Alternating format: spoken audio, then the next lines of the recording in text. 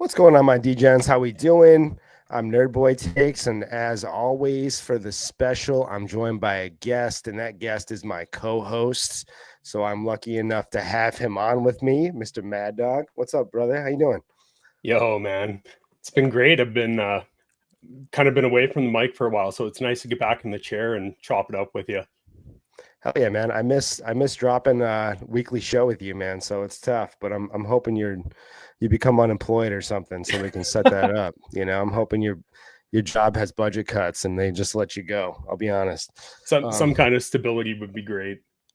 Yeah, man. I mean, the idea is to make this the stable part of our lives, right? Is to make content and make it well enough and be liked well enough to make this our job.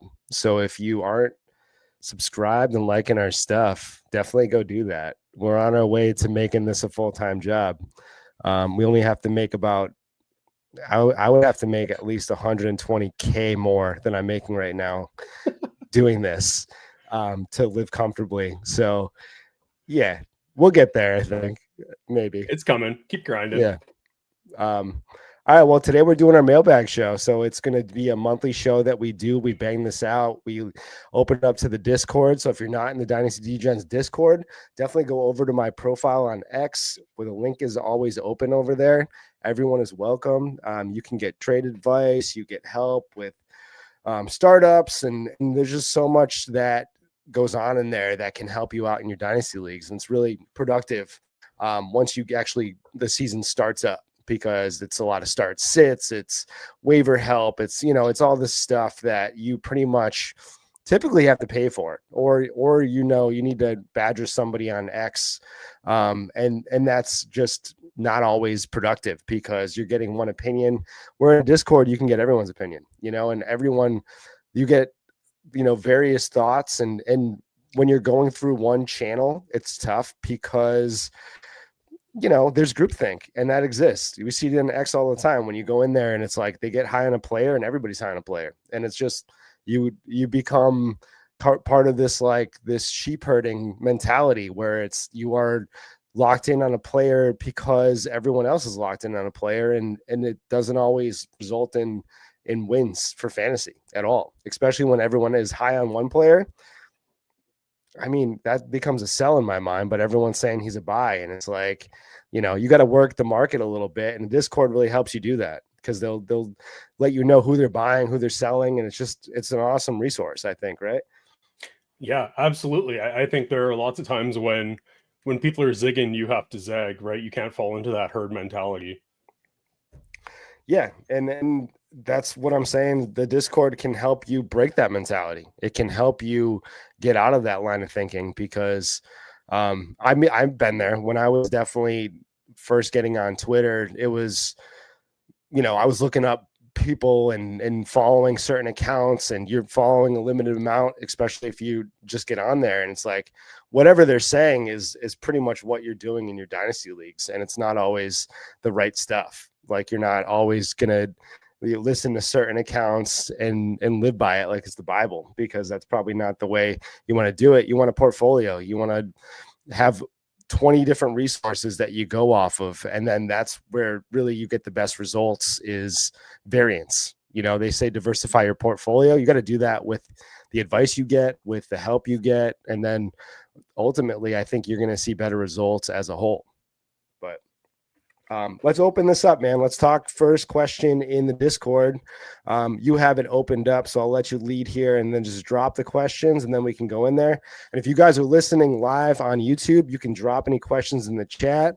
We got Jamie in here. Dude, Jamie, I have to shout out Jamie, man. Jamie, you are a dog, dude. You are in every chat, every show that we have. Like, it's just... I appreciate you so much, man. I really do. I appreciate you jumping in, dropping any content in there. You're dropping questions, comments. You're just a straight dog, dude. And like I said, I appreciate you a lot. All right, man. Hit me with the first question. All right. So to start off the day, we got a flurry of trades from our own Debbie Degens host, SC Romero. So these are all, to scroll down and find the context, it's 12-team leagues where he is rebuilding. So the first trade that he has up is he sends away Trey Benson and a 27 third and receives Mark Andrews and a 28 second. All right, so Trey Benson and a 27 third for Andrews and a 28 second. Yeah, I mean, I like that. I still believe in Andrews. Obviously, getting a plus on Andrews for Trey Benson is pretty juicy. Like, how, I don't know. I mean, I believe that Trey Benson could possibly take over at some point if we're talking about a 31-year-old running back in front of him. You know, there's obviously age catches up to everybody.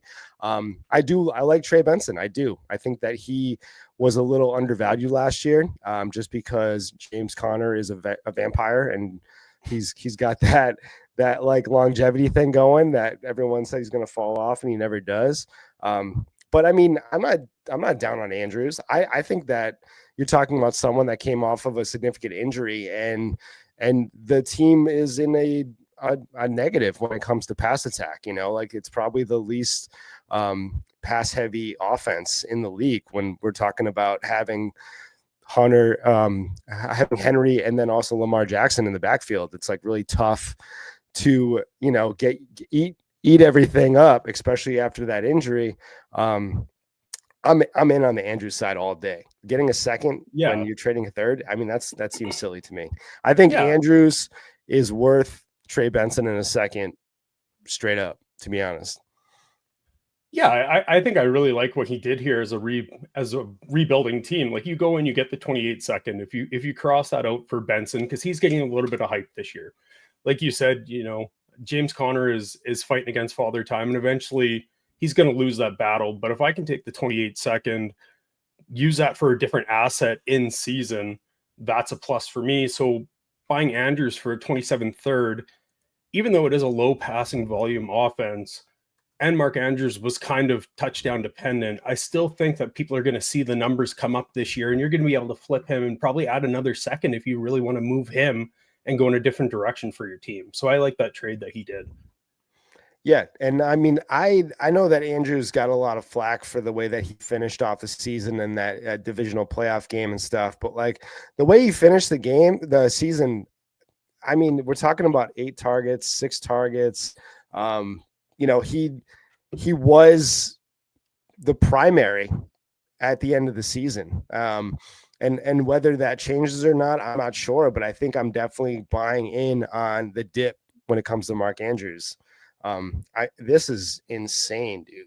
I cannot believe that even without, you know, tight end premium league or anything, like Mark Andrews, we're talking about a position where players play into their 30s, you know, like, and they're productive. And we're talking about people like Zach Ertz.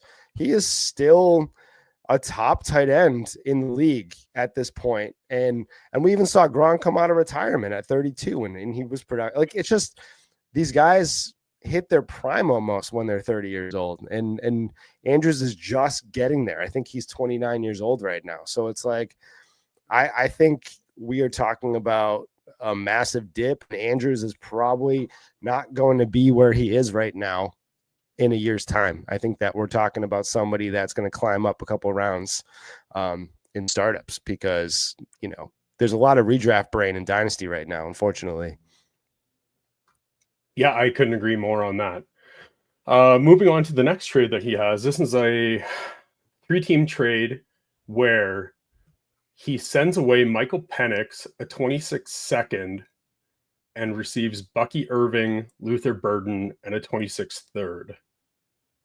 I'll read the rest of this trade as well. Kmart sends a 26 second, receives a 26 second and a 26 first, sends away Cup, Montgomery, Burden, the 28 third. Joe Mama receives Cup, Montgomery, Penix, and a third, while sending away Bucky Irving, a first and a third. It's a lot to unpack there. So since I have it on the screen, I'll go. I am not a Michael Penix believer. I don't think that he's going to be able to have the passing volume and the efficiency to justify the rankings in which he's going in startup value now. So to be able to flip him and get an asset like Bucky Irving and Luther Burden is just a slam dunk for me. I really like that upgrade. I have Irving quite higher than Penix already. Luther Burden was targeted by the Bears. I think Ben Johnson has a vision for him, and I think that you came out on this deal way ahead. Yeah, I mean, I need a little more context to properly answer this, and this is what's tough about these trade questions. That, you know, if you don't have them in the chat, you're not sure what the quarterback situation is. Am I okay selling Penix for Bucky Irving, Luther Burden? Absolutely, but I need to have a solid quarterback room. You know, I don't know. I don't know if we're talking about somebody that's being sold at their bottom as far as their value goes. You know, Penix could easily come out and be productive, and he doesn't even have to be incredible. Like he could be like a Jared Goff, and his value's still going to boost up because we're talking about somebody that is super young. You know, like he's got a long window. You know, like the full fade. You just need to see that he can do it in the NFL. And then once that happens at the age that he's at, 24, 25, whatever he is, I know he's an older guy for second year, but it I don't know, dude. I mean, it's a mystery box for somebody that you know is going to hit and be productive in Bucky Irving. So it's like I love Luther Burden. Obviously, Bucky Irving's Bucky Irving. Penix, we saw him flash last year. I think I would have rather done this trade without the second attached to Penix, to be honest. Like, I think, like, if you're selling a quarterback in a super flex league, I don't think you need to put a second on there at all. But I need the context. Like, I think that, you know, if he had a great quarterback room and, you know, he's talking about Penix being his third or fourth quarterback, I'm fine. I'm good with that trade because like I said, I believe in Luther Burden. Bucky's Bucky. So I think that I'm a team sell all running backs typically, but if you need that production, I think that side's going to get you more points this year than the side that he sent away, to be honest. Yeah, I'm assuming that this is just another trade that built on to the Andrews one that we just touched on. This is all the same team. So looking at it in a rebuilding mindset, this is just a straight value play for me. And like I said earlier, I have Irving ahead of Penix. So I think you can go and address other needs, or you're going to be able to get draft capital and kind of kickstart that rebuild, whether it's going to be 1 year, 2 years. Yeah. I mean, I'm good with it. I don't love just because of the window that we look at, you know, like I think Bucky Irving seems so locked in. I mean, everyone seems so locked in until they're not locked in anymore, right? You know, like if this was last year and we had Travis Etienne on there, we would have said, oh, like, you know, that's money in the bank. Like that's, you know, the fall off sometimes happens without any warning signs. You know, like we're talking about in running back worlds, you could just have a very bad year and it is what it is. You know, coaches change, schemes changes. So it's like, I don't know if I love buying running backs in a rebuild, but I mean, he traded Trey Benson, then he got back. Yeah, I see the vision, definitely. You know, I think that he could have held Penix longer and sold him for more, though. Yeah, I think that's fair, and that depends where you stand on taking that risk. So we have a third trade here from SC. A bigger trade. It's kind of just scrap parts. He sent away Cedric Tillman, Jalen Wright, and a 26 fourth. He received Alexander Madison, Braylon Allen, Jalen Polk, and 2 26 fifth round picks. All right, so he's getting Madison, Allen, Polk, and 2 fifths, sending away Tillman, Wright, and a 26 fourth. I don't like this trade, man. At all, to be honest. I mean, I don't know. Do you think that Braylon Allen is a thing? Because I think that's what this trade is about. Madison to me is worth nothing. and the picks are ancillary. They're 5th round picks. And we're talking about Polk, who I don't know. Do we think Polk is something? Not really, but he still has the DC, and he's probably going to see the field. I think, like the wide receiver room isn't great over there still, but I don't know. I like Tillman a lot. I think Wright even has some decent value. Like I don't know why we're trading Wright and getting back Madison. I think Wright is the one you want to own behind a chain. I don't know. Yeah. What are you thinking? I would prefer the Tillman and Wright side. I think there's more upside for both players. The Dynasty community seems to value those 2 players more than the 3 that he's receiving. Again, going to 5th round picks, like we see these rookie drafts stretch so thin already that a 26th 4th is a dart throw. So why am I taking 2 more in the 5th? I don't think anybody should be valuing those in trades. So yeah, like just the ambiguous backfield of the Browns and Jalen Wright seeming to fit into that Dolphins scheme. I think that's the side that I would have rather stuck with.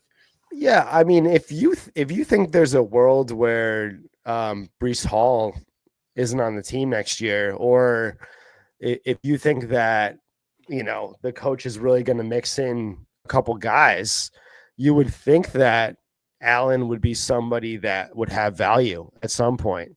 And he flashed a little bit last year. I think I just like what I saw from Tillman. I think Tillman we know what Tillman can be.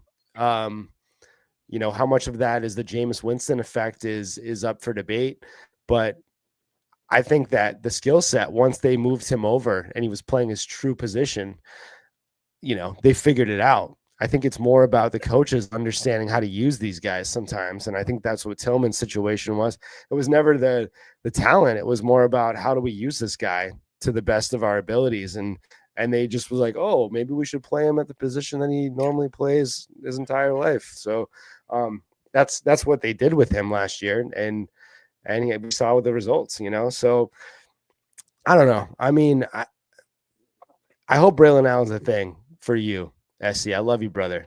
I do. And I hope that this trade works out for you. I don't know. I think I still want the Tillman side though. Yeah, I agree. Hold on. Right, Jamie's asking us about Sam Howell. I love the Sam Howell stash just because he is somebody that is always going to be valuable in fantasy. He is that guy that he'll get you maybe 500, 600 yards on the ground, and then he's going to throw it. He's going to throw, picks and probably turn the ball over a lot, but he's in that realm of he's like a Jameis Winston to me, like he is pretty wild with it. Like he is definitely plays reckless ball sometimes. But he's not afraid to tuck it and run it out. I think he was a top 10 quarterback in superflex leagues that one year that he had. And that was because he was running the ball in. And I traded, I traded Deshaun Watson for him straight up, and I got roasted. Roasted for it. And he was just so much better than Deshaun Watson. And he still might have more longevity than Watson at this point. I think that we are looking at a world where the NFL brings quarterbacks back to life. I think he's a great stash because there's no better option to bring a backup quarterback back to life than Sam Howell. I think that he's in the realm of a Geno or a Darnold, where you looked at him and you said there's no hope for him, and I think there is some hope. Just because these guys are getting second chances now, and that didn't exist even 5 years ago. I think that once you were dead, you were dead. Like Zach Wilson, he's dead, dude. But Mac Jones, I think Mac Jones might still have some life too. I like Mac Jones, Sam Howell. I think that's probably the end of the list for backup Well, stashes. I think you have to give Sam Howell a bump just because of the stability that he's going to get in that Vikings organization. Right? He's going to be able to come in and he's going to be able to play that scheme if he needs to. He doesn't have to go and do anything extra like maybe he tried to do a little bit of hero ball with the Commanders. So I think that was a great play.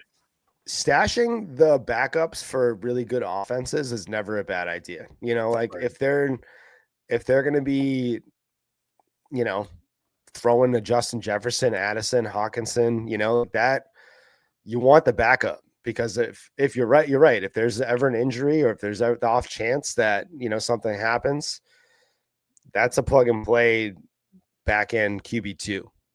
And we saw that with Darnold last year, you know, like that was gross, but he was a waiver wire darling. He was definitely not owned in Dynasty. I think he was definitely on the wire until that signing and the JJ McCarthy injury. At that point, that was probably when he got picked up, but you know, everyone gave up hope on him. So I wouldn't give up hope on Howell for sure. Well, I think it was short-lived because it looks like Jamie picked him up on waivers and then flipped him for a third and $7 fab. Well, hey man, no, $138 fab. Hold on. There we go. I basically bought a 2000 early third. Oh, word. Yeah, I like that. There you go. Yeah. Yeah. Buying picks with fab is nice, especially if you're, you know, you're not like, if for contenders, fab is great because you're waiting to pick up the guy that the hot pick or whatever, the guy that's going to get you the dubs and you know, might have not been drafted or just fallen out of favor. But if you're rebuilding, I mean, why do you want fab?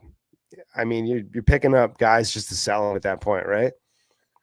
Yeah, it's how you go about it, right? If you want to churn your rosters, you want to try and trade and get some fab added in, so you might be able to sell it to a contender later because they're not going to care about their picks. Yeah. I mean, selling your fab for picks to contenders is such a money move, I think. Absolutely. All right, what do we got next? All right, on to the next one. This is from The Equinox. When starting your rosters that is all vets, which position should you look to target to help with the rebuild in the future, as my team is considered win now? I mean, it's always going to be the running backs. I think, you know, you can plug and play a running back, the floor of a back end guy. Like if you're talking about grabbing up some value picks later, you know, the Zach Charbonnets, these guys, they're still going to get you a decent floor and they're young enough to hold on. But then if you, like, I'm looking at his roster right here and it's James Conner and Montgomery. I don't know if I think you missed the opportunity to really sell those guys for a young guy plus, you know, like James Conner 4 years ago, you could have sold him for a first and, you know, like a upcoming rookie at that point. That's the, you know, his value now is maybe an early third, unfortunately. So it's like, you got to ride these guys till the wheels fall off, essentially. But you know, this roster to me is very sketchy. I think you're talking about Anthony Richardson as your quarterback with Darnold. There's that quarterback room alone makes me very nervous. And then we are looking at older guys. We're looking at Mike Evans and Chris Godwin, who I don't think is even going to be playing for the first half of the season. I think he's going to start on the pup. So I think I would break this baby down, man. I think I would just pull it all the way down. I see the vision that your team is considered win now, but I think I want guys that I want to keep on that team, probably Addison. I'd probably keep DK Metcalf. And I could be open to selling the rest of that team. You know, you want to keep a couple staples. You want to keep some guys to build around. You know, I would keep the mid-20 wide receivers, you know, the guys that have another 5 to 6 years. So depending on the rebuild that you're gonna set up, you have these guys to last you through. You want to at least have a strong room and I always say have a strong wide receiver room, because the window to have success and have that value is a lot wider than a running back, or even a quarterback room is harder to come by. But for my rebuilds, I start with really good quarterbacks, really good wide receivers, and then the other positions are just punts. And I don't care. So the first thing I do when I do rebuild is sell the running backs, because they're volatile. Even the top end running backs are only there for 2 to 3 years. Like Jonathan Taylor is already fading out, and he's going in the 5th, 6th round of startups when he was in the 1st round maybe 2 years ago. And then the wide receivers that went in that class, like CeeDee Lamb, they're locked in for the next 4 years, and they're still in the 1st. If you take a wide receiver and a running back in the same class, the wide receiver is probably going to keep the value for about 5 or 6 years longer. And that's just an average. Yeah, I agree with you. Like, looking at the starting lineup, it is very volatile, and most likely to maximize the value in your return, you're going to have to wait in season to trade these guys. And that's where I'll lean into more of like an insulated trade, where I'm trying to get a younger wide receiver. That's usually how I start my rebuilds, because of the longevity of the position, like you had just touched on. And if they don't progress, they don't gain value, I at least have a fallback plan in getting some kind of a pick. Most situations with these vets, when I'm doing a teardown, I'm not picky on the year that I'm getting if it's a healthy league. If I'm trading out into 27, even 28, if a team has to pay to move a 1st round pick, I'm fine. I'm going to assume that league is good. And I'm grinding DMs. I'm there. I'm looking at the teams, whatever resource you want to use to find who maybe needs some of these contenders.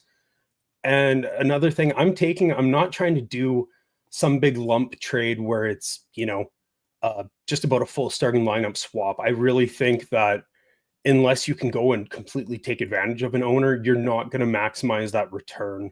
So be patient, wait on player news, see the league action. And if you're not the one who initiates a trade in the league, as soon as there is a trade that goes down in that league, get in the DMs, put players on the block, because most of the time the rest of the league is going to have FOMO, and that's when you can kind of capitalize on moving some of these players and kick off that rebuild. Yeah. I mean, I think that's the thing that you have to do is look at the big mates rosters. I think that's the first step. And we've done rebuild shows before, and we've broken this down a couple times. But for anybody that really hasn't listened to that, you want to look at the teams around you, and then you separate the teams into contenders, want to be contenders, and then rebuilders. And if you want to be in the position of rebuilding, you have to target only the teams that are in contention, or the teams that think they're in contention, because there's a lot of these teams that think they're on the cusp, but everyone's got that idea in their head that this is their year and they're going to go for it. And reality is, those are the guys that you want to target for their picks and their young players. And these are the teams you want to look at, the teams that are contenders, but not really that good. They think they're better than they are.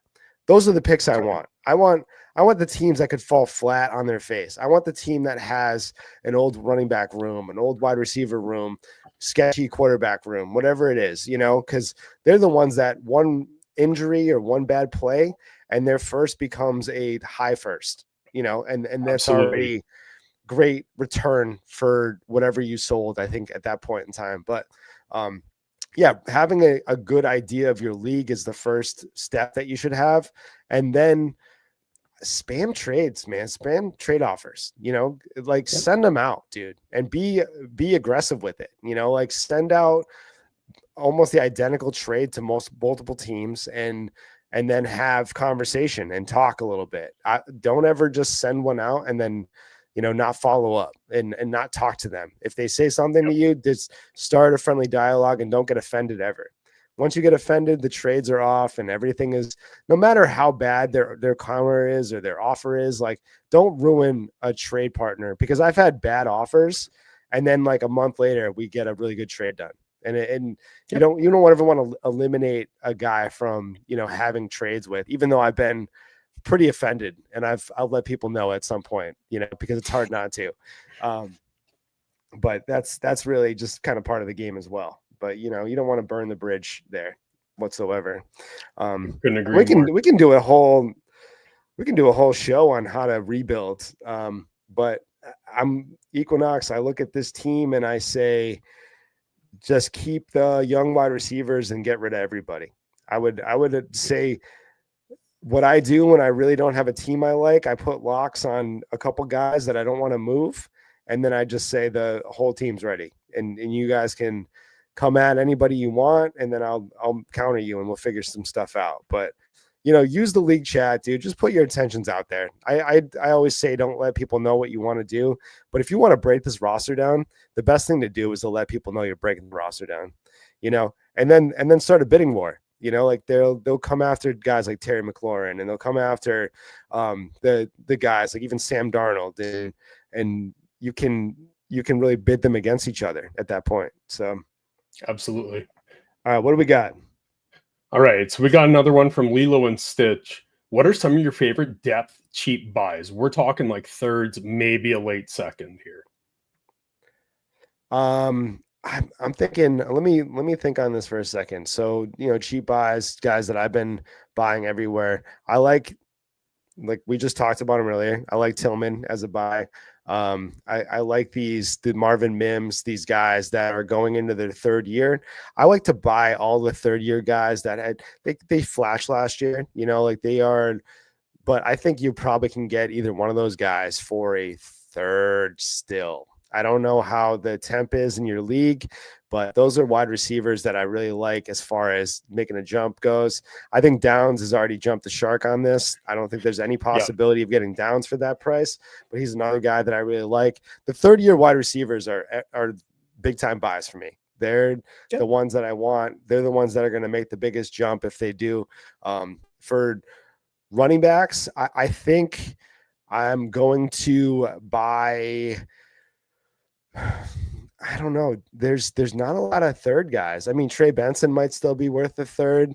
You're looking at running back rooms. I think Tyrone Tracy could be bought for a third possibly, and I'm still in on him at that cost for sure. I think that you can go for guys that are being overlooked. I think that everybody that got overdrafted, like the Ramondres and the Najis, are still worth a third to me. If you can get Ramondre Stevens for a third, because the Patriots love to use two running backs, and there's still value there. And I think that if you're looking at somebody that thinks Amari and Hampton nuked Najee, or like if we're talking about Travion Henderson that just destroyed Ramondre Stevenson, I would buy either one of those guys at the cheap cost of just having, if nothing else, they're going to give you like a limited floor. But if there's an opportunity there for them to go on a different team next year, or if we look at the possibility of them being the Thunder to the Lightning, like we see that more and more in the NFL, that there's a two running back system in place, and these guys are both becoming very viable starters. And in the flex, like you can start multiple backfields. We could probably start Caleb Johnson and Jalen Warren next year. We're definitely probably going to be able to start Amari and Hampton and Najee next year. There's the Gibbs and the Montgomery, everyone saw that and they're like, oh, we can do this. We can get our own version of this going. It's a copycat league, right? And there's layers to it.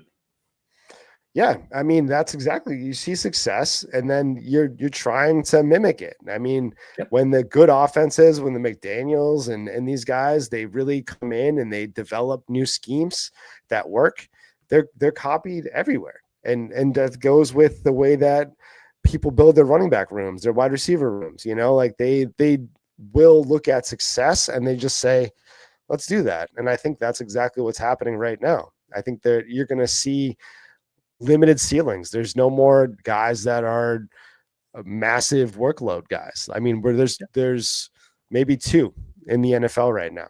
and that's Saquon Barkley, and then obviously Derrick Henry. And then outside of that, you can't say that anybody's going to get a set 20 carries a game. I don't think that's even a given anywhere now. Yeah, I agree with that. And for me on this, I really like the question because it kind of made me dive deep on it. And I'm looking at more ambiguous positions, any teams that have uncertainty. So a couple of the players that I'm listing here, they might be a little bit more expensive than what Lila was looking for, but somebody like Daniel Jones, DeAndre Swift, Calvin Ridley, those kind of seem to be the guys that are gaining steam right now. I'm looking at a James Conner. I'm looking at ETN. You know, at that low of a cost, why wouldn't you go for ETN? He seems like he's a throw-in in most deals now. Jordan Mason, he's getting a little bit of steam as well. I like Pop Douglas. I like A.D. Mitchell. I think Evan Ingram with the Broncos. I don't know what the cost is going to be on somebody like him. Even in Njoku, they might be slipping into more of the mid-second. But those are still guys that I'm going to try and target. Yeah, and then you can even go like guys that might not be there for a third, but you never know because people get really tired. Like the Michael Pittmans, I think there's leagues where you might be able to get Michael Pittman for the third, and I think that is not outlandish, but it feels kind of crazy for me to say that. I think that there's some people that are holding Michael Pittman and don't want him on the team anymore, and that's the reality of dealing with Michael Pittman last year. I think there's guys that people are tired of having on their roster. And I don't think Kamara could be had for a third, but I'm okay paying a late second for Kamara, you know? Absolutely. And I think that might get it done too. And especially an Aaron Jones, I would buy for, man, I don't know what he's not quite like a mid-second, but he's not a third. So he is like a late second is probably where, you know, you're just hoping especially if you're in contention, these are the guys that I'm going for. Yeah, absolutely. Next question comes in from JRT Hokies. I don't know if I butchered that name or not, but he asks, how we feeling about Walker? Oh man, I put out a post yesterday that Damian Martinez is going to be Kenneth Walker's replacement, and everyone lost their ever-living minds, dude. And it's awesome. I mean, good engagement on that. Everyone's calling me a bum, an idiot, and that's okay. What that post is saying is that don't be surprised if they don't draft somebody next year when Walker's on a new team. Like, I would not be shocked if we are looking at a room of Sharp and Martinez. Yeah, Sharp and Martinez next year. And that to me is big time value. I think that we are just talking about that post is not like they drafted him for this reason, but this is going to happen organically. And it's possibly, I see there's a clear path for this to happen because we are talking about Martinez, who ran a bad 40. I think that he offers a great skill set to be pretty productive in the NFL, given the right opportunity and in the right position. So I think that he is somebody that's a bruiser. He gets in the tackles. He's really good. He is like almost like a Zach Charbonnet. You know, they play very similarly together. I think they would make a good duo. And I don't think that Martinez is better than Walker by any means. I don't think that they are even close to each other in skill set. But the opportunity is what matters here. And I think I see the opportunity of Walker being in and out this year, just because that's really just what we've dealt with. And that's okay. Like, I'm not going to say he's injury prone, but he's banged up a lot. And we're talking about who they have in besides Sharp. It's got to be Martinez because otherwise it's, you know, there's not another running back on the roster at this point. Kenny McIntosh is the next guy up. So Martinez just has to be better than Kenny McIntosh to see the field when Walker's not active. So already that opportunity is there. And then if he shows that he can be capable, wheels up, I think that we're talking about, Martinez and Sharp being at least having a gap year together before they go and draft another guy, unless they want to keep drafting running backs over and over again. I mean, that cycle does continue, but I think they drafted Walker thinking he was going to be a little longer, have multiple contracts with him, but I don't see that. I don't see them ever signing him to a new contract. I don't think that's going to happen at this point. Yeah, unless he comes out and absolutely smashes this year, I think it's the last year that we see Walker in a Seahawks jersey. And I think he's another guy that you just talked about. There's player fatigue with Kenneth Walker, right? We're all kind of sick of him on our rosters because his biggest knock is he always is banged up. But I will say, and I've been saying it for months, is that I think Walker is a buy. I think I think Walker's a buy too. Absolutely. Yeah. So Kubiak coming over and being the OC, like he runs a ton of outside zone, and Walker ran at a 4.5 yard per carry in the outside zone, which is about a 13% boost over all the other types of carries that he got. So I think, he might have one really big year. And if he can stay healthy, that's going to be great for fantasy owners, but I still don't know if that's going to warrant a new contract for him. Yeah. I mean, it's not going to, I think if they're going to get a new contract done, it would already happen at this point. Like having him play on the contract year is motivation. I think that he will be productive.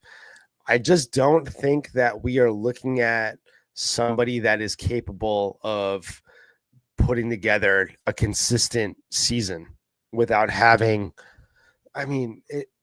it's tough, man. It is tough because even when he did play last year, he had multiple games where he wasn't productive because of likely the injuries or, he just wasn't ready for game speed and stuff like that. So it's like, you're not just missing the games that he is not active for. There was multiple games that you missed just because of him missing time and not being ready for the game. And it's, you look at his splits and stuff, and he's looking at 30% snap share in multiple games, 25% snap share. That's not good for Dynasty. That's not good for production. But when he's getting that workload, he is extremely productive. So it's like, if you're okay with Walker, I don't ever, get a guy and then say, I got to handcuff him. Walker, you have to handcuff. You have to handcuff this guy, and it's unfortunate, but if you have Walker, I would want Charbonnet on my team, straight up. Yep. I totally agree with that. All right, so we'll go on to the next question. This is from our boy Curdy. QB room is T-Law, Fields, Tua, Daniel Jones. The best offers he's received this offseason were rookie picks 210 and 310 for Tua, or Sanat, 301, 312, and 412 for Fields. When is the opportune time to sell for top value, and which one do you sell? I'm not taking any of these guys for these trades. Like, I think that T-Law is above and beyond somebody that I'm probably going to keep in this room. The question is, do you want Fields or Tua in Dynasty? Long term, I'm still going to stick with Tua. He has the contractual stability. I don't think we see that with Fields right now. We're going to see him on that 1-year deal with Aaron Glenn and kind of see how he fits in, and he might get it. But as of right now, we can't predict that. I think he's going to smash and have a good year for the Jets. But unfortunately, we've seen Justin Fields bounce around. And just that instability is something where I'm going to take advantage of him putting up points, and I'll move him off my roster. Yeah, I think I'm with you on that. I think that, Tua still has that. I mean, I don't know, dude. If Tua really doesn't do much this year and he does deal with another concussion, I don't think he is on the Dolphins for, I don't know. They probably draft somebody next year. If Tua has another concussion, they're definitely drafting someone next year.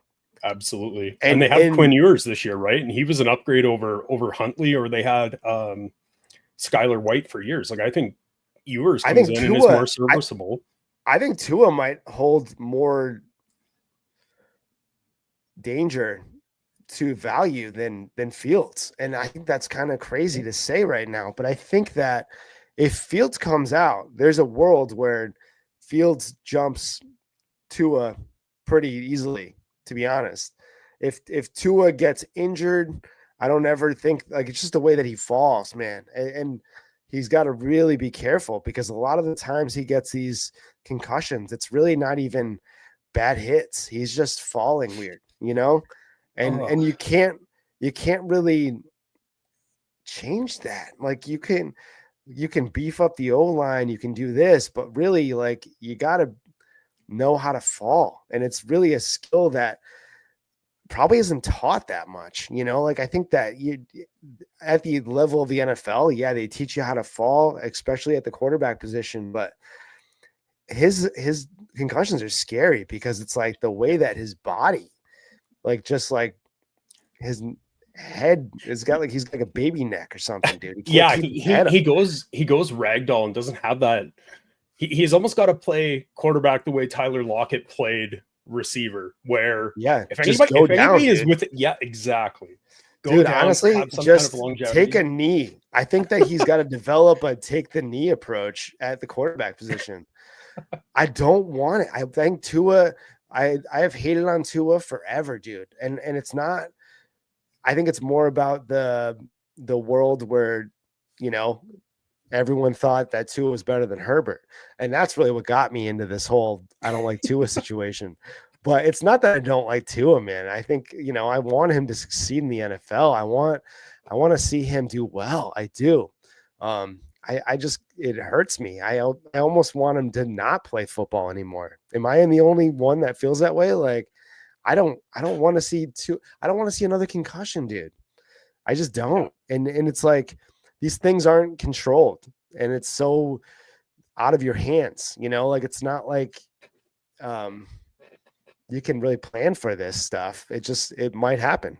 I bet every player gets a concussion once or twice a year in general, and they might not even realize it most of the time. So it's like, I don't know, any hit could just make him obsolete in football. I don't know. I think I want to keep Fields in this situation, dude. Okay. I think I want to sell Tua. I do. I think that I just talked myself into selling Tua. Okay, I'm with it. But I think that you can get much better than what you're being offered. Absolutely. 210 and 310 for a quarterback in superflex. Dude, those are the trades that we're talking about, where I'd be like, dude, I don't know if I'm ever going to, I don't counter really bad trade offers. I don't, I'll be honest. Like, I can't do it, because I don't want to get into a, you know, offensive conversation. But yeah, man, the best opportunity to sell top value, you have to wait until in season. You have to wait until Justin Fields has a game where he runs for 100 yards, or Tua throws for 5 touchdowns. And then you have to really pay attention to, you got to pay attention to the world out there. See what people are saying. You know what I mean? Like, people are hyping up Tua, people are hyping up Fields. That's when you sell, because everyone's on Twitter and everyone uses it that's in Dynasty for the most part. I mean, it's really rare to find somebody in my league that's not on Twitter, that's not using some sort of resource out there. So it's a great time to sell when you see other people gassing them up or buying them.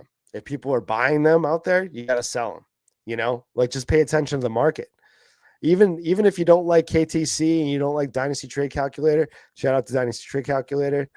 We do all the Debbie rankings over there. So if you guys want to ever use that, definitely go over there. Good resource. Yeah. So if you want to use that and just see how players are being valued and where they go, because that's a group think. That's really just people playing keep trade cut all day. And that's really how those are assessed. So yeah, I can't move any quarterback that is a starter for less than a first, unless they're in the Aaron Rodgers, I would probably sell Stafford for like a early second, like these guys that are definitely at the end of their careers, but dude, absolutely not. Even though that Tua's got the volatile value there. Yeah, Tua's worth the first, I think. Jamie's on that. For sure. Yep. Jamie knows Like what's up. I would need like the 110 to 112 to even feel good about that.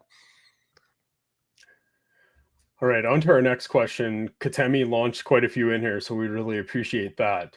For normal NFL discourse and QB situations, what teams do you see progressing and which ones do you see regressing? Oh man, I wish I looked at these questions before because this is a good question. What teams do I see progressing? I mean, I think that we are looking at any team that has a up and coming quarterback. The Patriots probably will make a little jump this year. I think Drake May. It's all about these main pieces, these guys that are on the cusp of breaking out or have this like mentality, or they just were not good last year. Like the Texans, I think, are going to progress from what they were last year. That's just a given. I think Stroud progresses. I think Stroud comes back to life a little bit. And I think that team as a whole, especially with what they did in the draft, that team is going to make a jump from what they did last year. The Patriots are going to jump up because I think Drake May is going to progress along, and he's going to be – so he finally has at least a couple guys to throw the ball to at this point. So those are progression teams. Who else do you have that you think could move up a little bit? So I kind of just blanketed the whole AFC West. I think Mahomes is going to have a little bit of fire into him where they didn't get that three-peat. They now have the emergence of Worthy. They're going to have Rashid Rice coming back. You have Andy Reid scheming the game still. I think that they're going to be, maybe their record didn't show that they regressed. They won a lot of close games last year, but I just think the on-the-field product is going to be much more fantasy friendly for us. You see the Chargers, they went and got Amarian Hampton. They added Trey Harris. Harbaugh and Roman, they're going to be able to establish the run and keep that passing game efficient, where we're going to have Herbert and Ladd continue to feed families. The Raiders, they went and got Genty. They signed Geno Smith. They hired Pete Carroll. You have to assume that they are more than they were last year because they were kind of a wreck. You see my Broncos, they added RJ Harvey. They added Ingram, Pat Bryant. Those seem to be guys that Sean Payton liked. And if you need more information on Pat Bryant, go and listen to Nerd and Laquan's video from a couple weeks ago where they lay out points of why Patty B is going to be able to survive. A team that I think is primed for some regression. They won quite a few one-score games last year. They lost their OC and their DC, are the Detroit Lions. I'm very interested to see what Dan Campbell is going to be able to do with that team, if he was more of a consultant or if he's going to be able to grab the clipboard and bring somebody else in and have that team stay firing that they were. They just had Ragnow retire, so that might bring on some questions to that O-line. We don't know how Hutchinson's going to be coming back after that gruesome injury. I think the Lions are a team that we might see their NFL record and their fantasy scoring go down a little bit. Yeah, and I think I'm going to add in as a regression team the Commanders. I think that they have possibly an outlook that, this team might find some trouble finding the same success they did last year. And that's more about, the teams around them understanding how they have built their team, what they have, how Jaden Daniels plays. That's a big thing. Can Jaden Daniels break through the adjustments the NFL makes? Can Jaden Daniels jump over that second year hump that we, saw Justin Herbert hit? We see all the time that these guys, they come in, they have really good rookie years, and then the league figures them out. The league is like, okay, like we know how you play. We know we have this tape now. They're watching the tape. They understand how you move, and they're adjusting, and the offense themselves have to adjust. And sometimes it's not that easy. Sometimes those early season games, you don't adjust well, and you lose the games that you should win games. And then that creates a mentality, and honestly, it could mess up a whole season because of Yep. the start and the way that you get going. So I think that I don't think that it's a lock by any means. Like Jaden Daniels come out and just destroy the league, and I hope he does because I own a shit ton of them in Dynasty. But it's not out of the realm of possibility for him to come out and struggle a little bit transitioning to the changes. Yeah, and now with Terry holding out for that contract, if that leads into the season, and that might start the Commanders off really cold, right? Jaden and Terry might not be on the same step. Terry might not be on up to game speed right away, and all of a sudden you could have an 0-3 start, and you don't know where that's going to take your team the rest of the year. We have another question here from Katemi. Do you trust non-pass catching RBs in worse projected offenses? And he uses Judkins as an example. Yeah, I mean, I think that Judkins' pass catching is definitely not so far gone. I think that he's being overlooked as a pass catcher. I think that he's shown that he can be a pass catcher. I don't think that he's just completely inept at catching the ball at this point. I think that I like him in that offense. He has that workhorse ability. He has that build. He easily could see 65, 70% snap share as a rookie. Yep. And I think that I can trust any running back that's going to see over 70% snap share.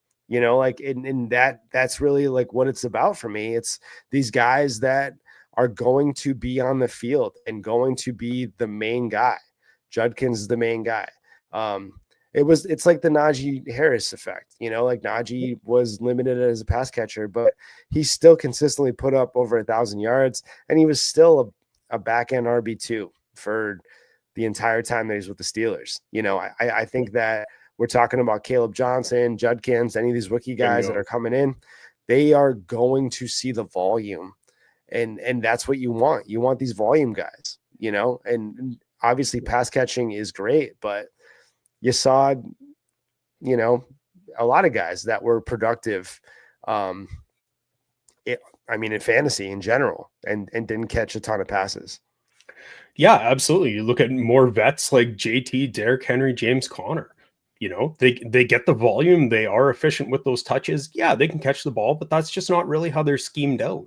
So it's what they do with all those touches. I'm glad that you brought up Caleb Johnson because that's perfect. He's probably going to get a ton of carries this year. And I think that when you're looking at your fantasy rosters, having these players that aren't pass catchers, they're fine. Do I want them as my RB1? Not really. That's not how I play. I like to have a pass catching running back that can have those explosive plays and get me more PPR points. But I am totally fine with an RB2 or flex fits being running backs that are just totally volume dependent.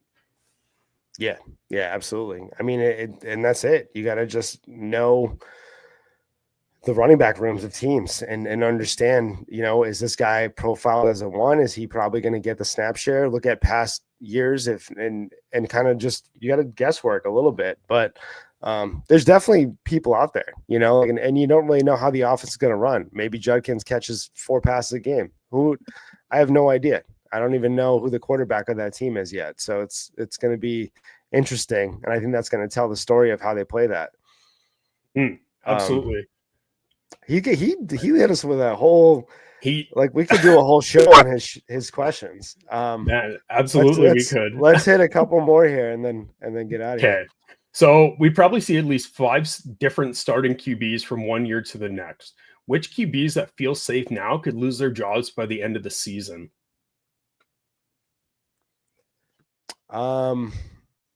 There's not really a lot of quarterbacks that I could see this happening to. I mean, Justin Fields is one of them. Obviously, he is volatile. We just talked about Tua. Tua isn't going to be because of his skill set, but that health could easily have him possibly out for the season. And I'm looking around, what quarterback could Darnold struggle? And then Darnold is pulled. He's on my list.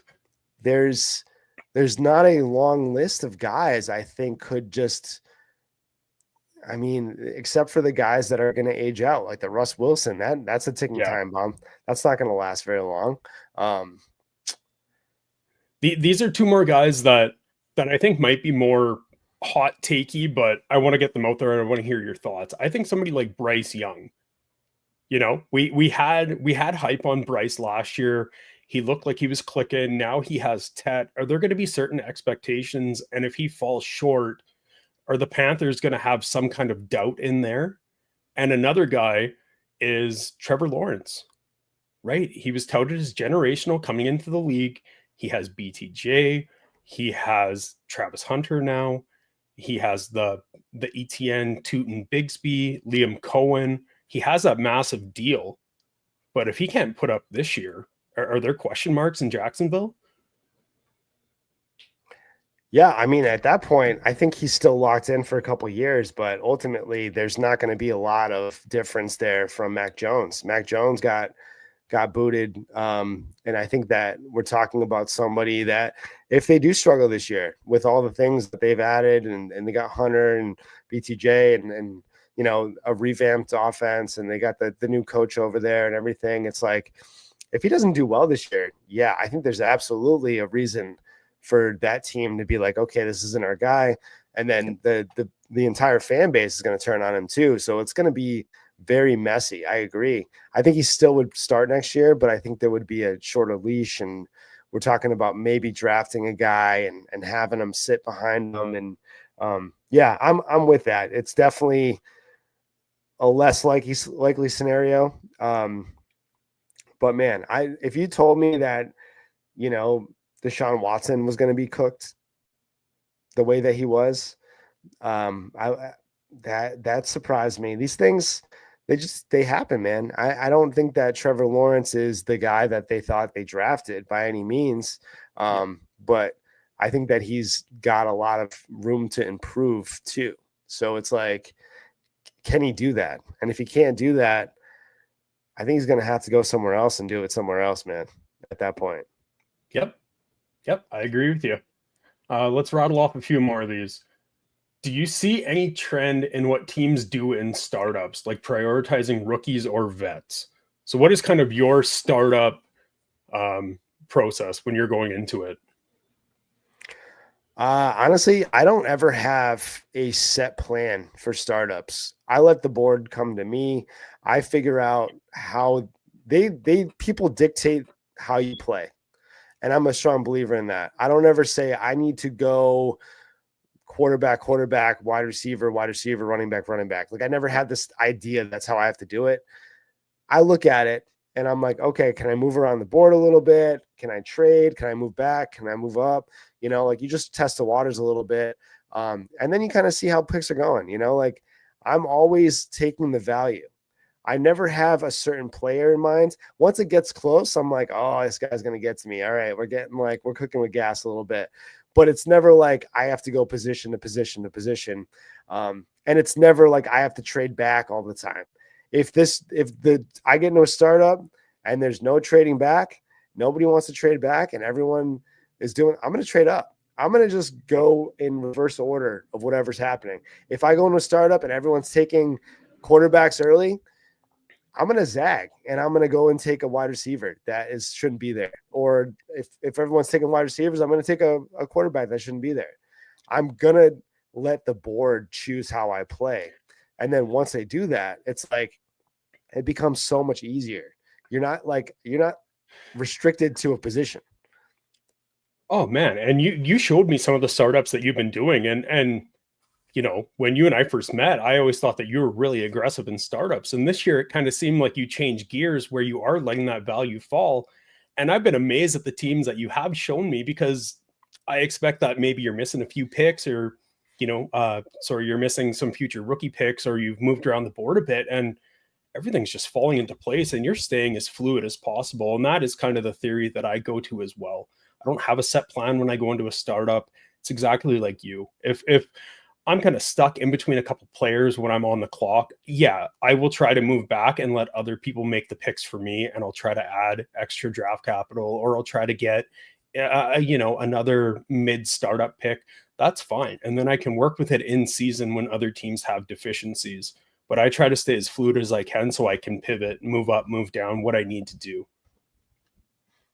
Yeah. Staying fluid's always the key point there. Like don't ever say that I have to do this. Once you say you have to do it, then that's going to just limit the motion of the draft. That's probably not going to make it fun for you either, because if you think that you missed a guy and that's going to ruin your whole draft, it's not fun. And then it also can affect the way that you pick later. Because if you had this guy, you're like, oh, I needed to draft Jonathan Taylor, and then you miss Jonathan Taylor, you're going to go reach on a running back the next round, or a quarterback. You're going to go draft Justin Fields in the 5th round or something, or like, you know what I mean? You're going to jump at guys that shouldn't be jumped at, and you're going to miss on incredible value, Absolutely. Let those other people make the mistakes. You draft for value, you trade for need later when people realize that their lineups have holes in it, or you have an absurd amount of depth and they're looking at spending all their fab right after the draft so they can have a bench. Yeah, and then like that's how I do it. If you are in a league that isn't valuing quarterbacks and it's a super flex league, take a bunch of quarterbacks. And you might not be able to sell them right away, but like there's going to be an opportunity there at some point in the season. And don't rush your trades either. Like don't say I got to move this guy right now. Don't even tell people that you're moving this guy right now. Just send the offers out, Yep. Don't let anybody lowball you. Don't let anybody know your hand, because once they know your hand, you lost all your leverage, like you have to just move in silence. The G in lasagna, baby.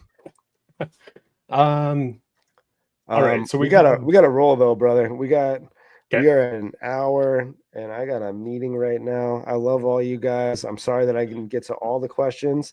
Katemi, if you're listening to this, I will answer all these questions in the Discord later today as well. Same here. I have my notes loaded. I'll send them to everybody. I appreciate you all for sending these mailbag questions so that we can run an hour deep, and we probably could end up going at least 2 hours with this. So we appreciate the Discord. Yeah, I appreciate all you guys joining us. And if you're not in the Discord, jump in the Discord, man, and have some fun.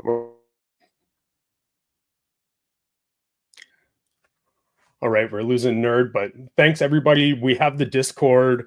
It's available on the Dynasty Degens X page. You can DM myself or you can DM Nerd Boy. And thank you all for tuning into our mailbag episode.